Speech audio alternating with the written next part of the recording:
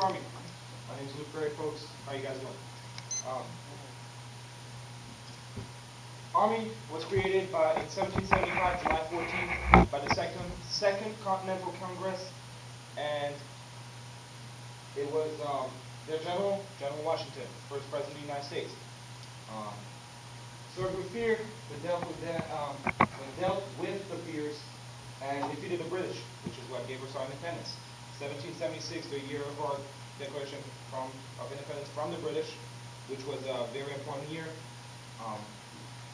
But freedom didn't come free, and the Army paid those fees. In my speech, I will be talking about the U.S. History of the United States Army as a whole, the history of the Special Forces, also known as Green Berets, and the history of the Airborne Rangers, or Rangers for some of you that know them just like that. First I'd like to talk about the Army itself as a whole. The Army is a very large force, very large group. Currently 1.2 million serving members in just the Army itself, not including the Navy, not including the Air Force, not including the Marine Corps, not including the Coast Guard. Army has a specific mission to go inland, serve. That's their mission. That's what they do. We served from 1775 all the way to 2012. Now, we've been involved in different wars, including Vietnam, World War II, World War I, War of 1812, and the Civil War, which was obviously a war between our nation, our divided nation. Next, I'd like to talk about Special Forces. Special Forces, Green Berets, is created in 1944.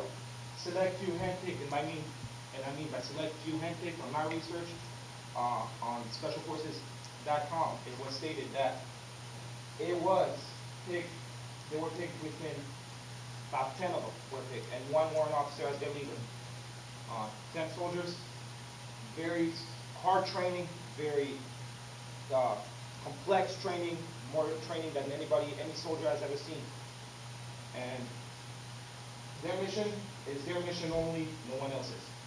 If you enlist, your project is not what they're doing. You're doing what you're supposed to be doing. You're not going to know what they're doing. They use unconditional warfare technique. I just learned this recently by Sergeant Corey Meade. He just explained to me what they use, how they use it, which means less rules in action. Less rules in action, which is basically you fight, and the Geneva Convention, some of it they don't have to apply to it. They are the best warriors of the Army, besides the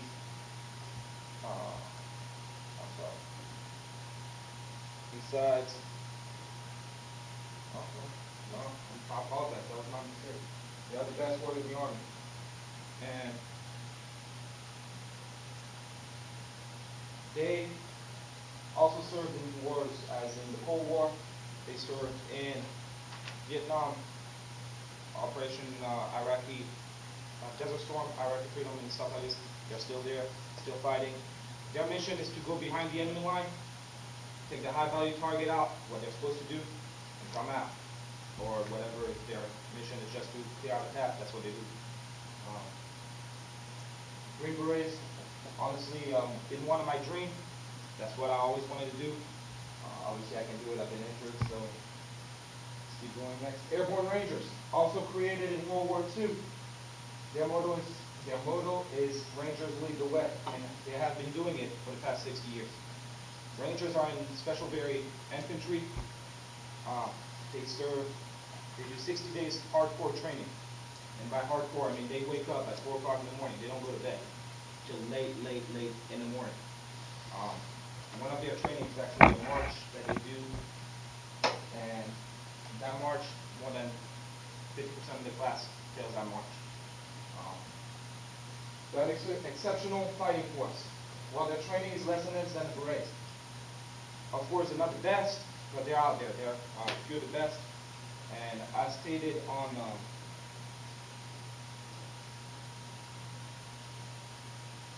the history.com for internet site, they have been fighting also since World War II all the way up, we've used them, and they've been they have the same role as the infantry, yeah, because that's what they are. They are infantry soldiers. They also they do airborne rangers. That's what they do. They jump out of the plane. What I failed to mention is the Green Berets. They do sea, air, and land operations. So you see them just like SEALs, just like the Navy SEALs, the supposedly best warriors. That's an opinion. That's what they do. Also has the prerequisite for the Rangers before even trying out. Prerequisite on the outside, we got a test to take. Got a score, general technical score of 110. Later on, follows with that. That's just one of the few requisites. If you don't pass that, there's no chance for you to become a special forces at all. In conclusion, a good plan violently executed now is better than a perfect plan next week. A pint of sweat saves a gallon of blood. No poor bastards ever won a war by dying for his country.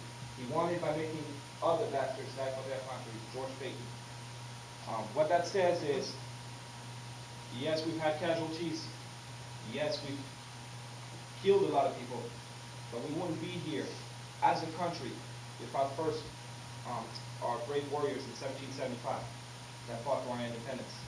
We wouldn't be here for some of the special operations that's been going on with the Green Berets. And we certainly would not be here if the Rangers didn't lead the way for 60 years. Thank you.